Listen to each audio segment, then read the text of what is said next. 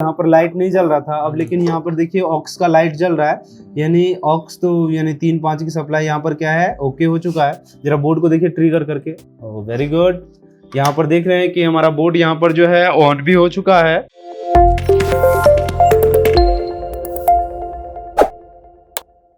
हाय dear student, Multitech institute में आप सबका फिर से बहुत बहुत स्वागत है। और आज मैं आप लोगों को बताने वाला हूँ कि हमारे पास जो एक HP का मॉडल का जो है वो थिंक क्लाइंट है, और जिस थिंक क्लाइंट के अंदर जो है इसका मॉडल नंबर मैं बता दूं कि T610 मॉडल है।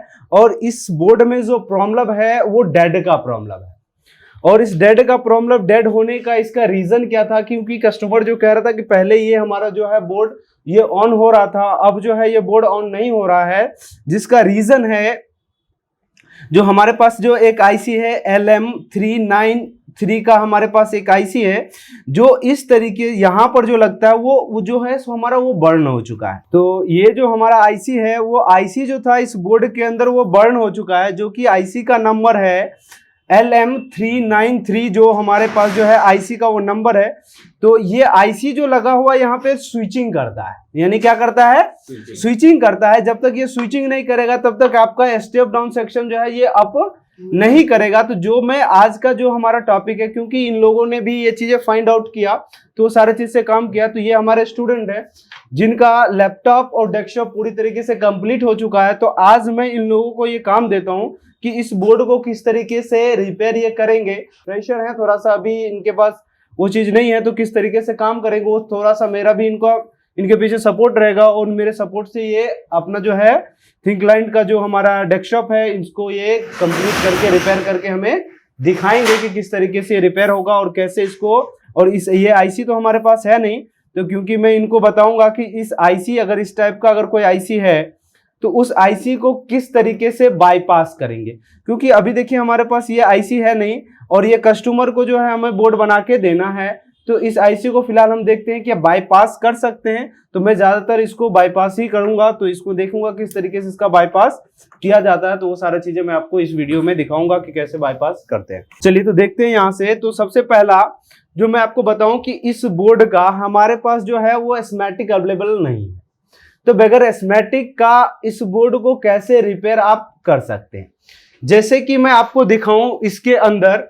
तो LM जो है हमारे आईसी है, जो देख रहे हैं कि ये हमारा आईसी है, जो कि यहाँ पर देखिए LM393B, LM2903B, ये सब मॉडल हैं जो आईसी के हैं, जो ये सारे आईसी पे इसी तरीके से ये काम करता है।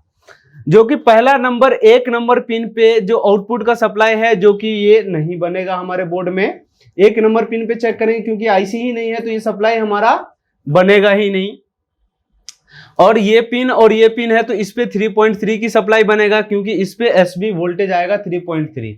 तो मैं आपको दिखा सकता हूं कि 3.3 जो है ये पिन तो ग्राउंड है, तो इससे हमें कोई मतलब नहीं है कि इस पिन पे अगर हम कुछ भी सप्लाई नहीं देते हैं तो भी हमारा काम हो जाएगा। क्योंकि देखिए आउटपुट का जो है जब तक ये ओके नहीं हुआ, यहां से कंट्रोल C करता हूं और मैं यहां पर दिखाता हूं। तो इस आईसी के अंदर जो काम करना है हमें, तो बेसिकली इस चीज को, तो ये जब तक ये ओके नहीं होगा, यानी ये जब तक ये ओके नहीं, यानी VCC को जब हम और ग्राउंड से जब तक इसको नहीं जोड़ेंगे तब तक ये आईसी हमारा क्या होगा, बाईपास नहीं होगा।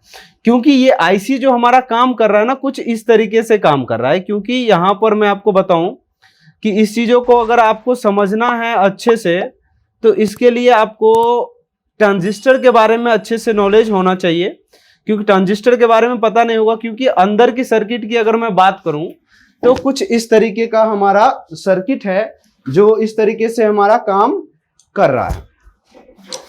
तो यहां पर जो है, जैसे कि मैं बात करूं तो यहां पर एसबी 3.3 वोल्ट की सप्लाई आता है, और ये माइनस सप्लाई होता है कि जो कि एक किसी भी सर्किट को ऑन होने के लिए एक नेगेटिव सप्लाई की जरूरत होती है।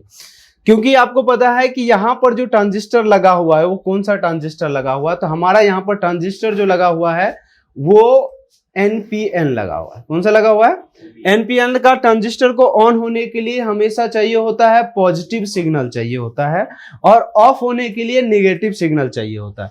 तो ये हमारा नेगेटिव सिग्नल है जो ऑफ होने के लिए, और इसका पॉइंट ग्राउंड है। क्योंकि जब अब इस पे क्या है कि पॉजिटिव सिग्नल है यानी वीसीसी का सप्लाई है, जो कि इस पे होगा 19 वोल्ट की सप्लाई।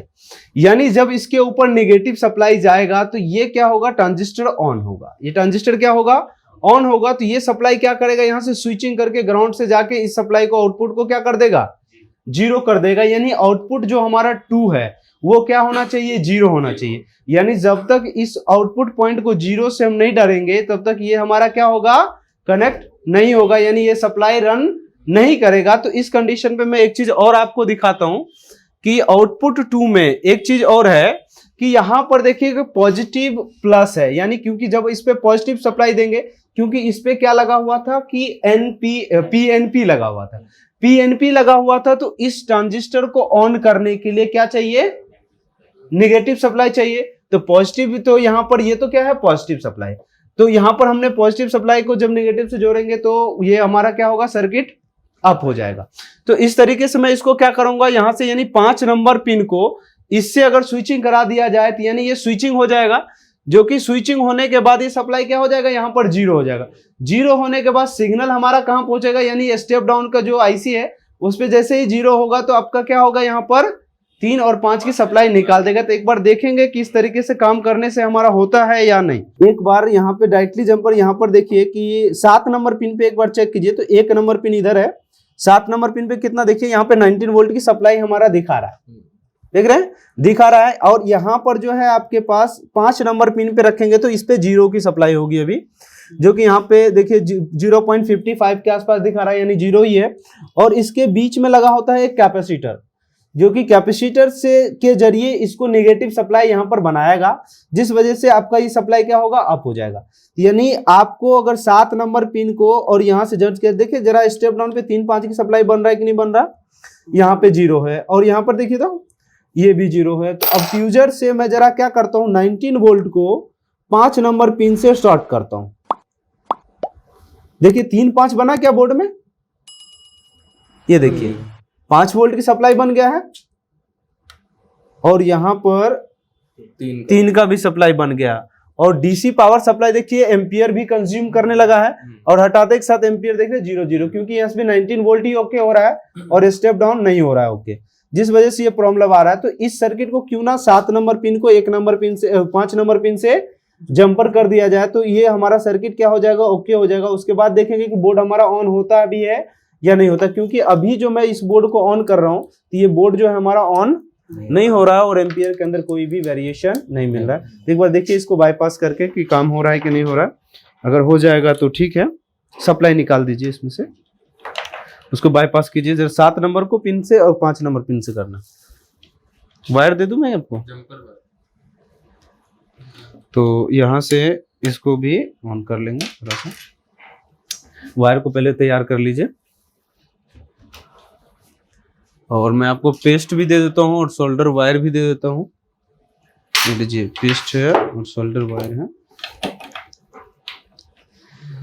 तो इसको इस तरीके से तैयार किया जाएगा। तो बाकी इसी तरीके से हमारे पास जितना भी टॉपिक यहाँ पर कराया जाता है लैपटॉप डेस्कटॉप के अंदर, तो ये सारे चीजें हम लोग जो करते हैं भी प्रैक्टिकली करते हैं, क्योंकि इन्होंने बोला कि सर कुछ प्रैक्टिकल वगैरह होनी चाहिए, तो ये लेके आए थे हमारे पास डेस्कटॉप।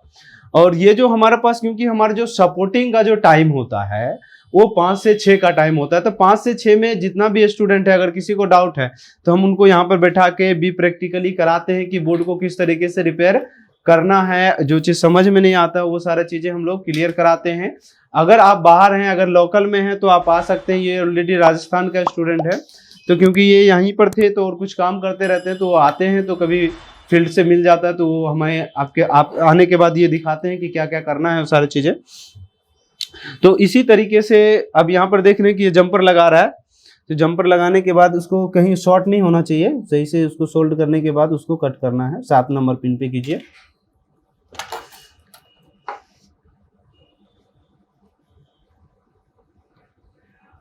सोल्ड हो गया।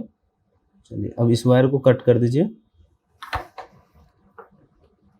आराम से, ज़्यादा तेज से नहीं कीजिएगा नहीं तो पिन निकल जाएगा उसका। ठीक है, ये शॉर्ट हो चुका। ठीक है, अब इसमें देखिए 3-5 की सप्लाई बना रहा है कि नहीं बना रहा। 3-5 5 बन गया, गुड। 3 भी बन गया, गुड है। अब देखिए बोर्ड के यहाँ पर लाइट नहीं जल रहा था, अब लेकिन यहाँ पर देखिए ऑक्स का लाइट जल रहा है, यानी ऑक्स तो यानी 3-5 की सप्लाई यहाँ पर क्या है, ओके हो चुका है। जरा बोर्ड को देखिए ट्रिगर करके, ओह वेरी गुड। यहाँ पर देख रहे हैं कि हमारा बोर्ड यहाँ पर जो है ऑन भी हो चुका है, और यहाँ पर जो एम्पियर का रीडिंग है वो डिस्प्ले वाला रीडिंग दिखा रहा है। देखते हैं डिस्प्ले आया कि नहीं आया। तो यहाँ पर डिस्प्ले आया क्या? कीबोर्ड पे शो करता है। हाँ, तो यहाँ पे डिस्प्ले आ चुका है। तो इस तरीके से यहाँ पे रिपेयर करेंगे, तो स्टूडेंट ही बताएंगे कि क्या है क्या नहीं है। तो वो सारी चीज़ें इन्होंने देखिए कि 2 दिन पहले ही इन्होंने रिव्यू भी दिया था कि हमने लैपटॉप डेस्कटॉप ऐसे रिपेयर किया। तो इसी तरीके से मैं सपोर्ट करता रहता हूँ स्टूडेंट को, और इसी तरीके से वो लोग जो है अपना खुद से रिपेयर करते हैं। और जहाँ पे समझ में नहीं आता, क्योंकि इस बोर्ड का ना ही एस्मेटिक मिल रहा था ना कुछ मिल रहा था, तो ये मेरे पास लेके आए कि सर ये ऐसी बर्न हो गया है और इस बोर्ड को हम कैसे रिपेयर करेंगे। तो मैंने बोला घबराने की कोई बात नहीं है, अब लेके आओ हमारे पास, मैं आपको बताऊंगा किस तरीके से करना। तो मैंने इस डेटा शीट के जरिए इनको बोर्ड रिपेयर करवाया कि किस तरीके से बोर्ड रिपेयर करते हैं। वो सारा चीज़ें आप लोगों ने खुद देखा, ये भी प्रैक्टिकली हमारे पास है। तो ये सारा चीज़ें मैंने आपको दिखाया। देन वीडियो पसंद आए तो लाइक कीजिएगा, शेयर कीजिएगा। Thank you and so much.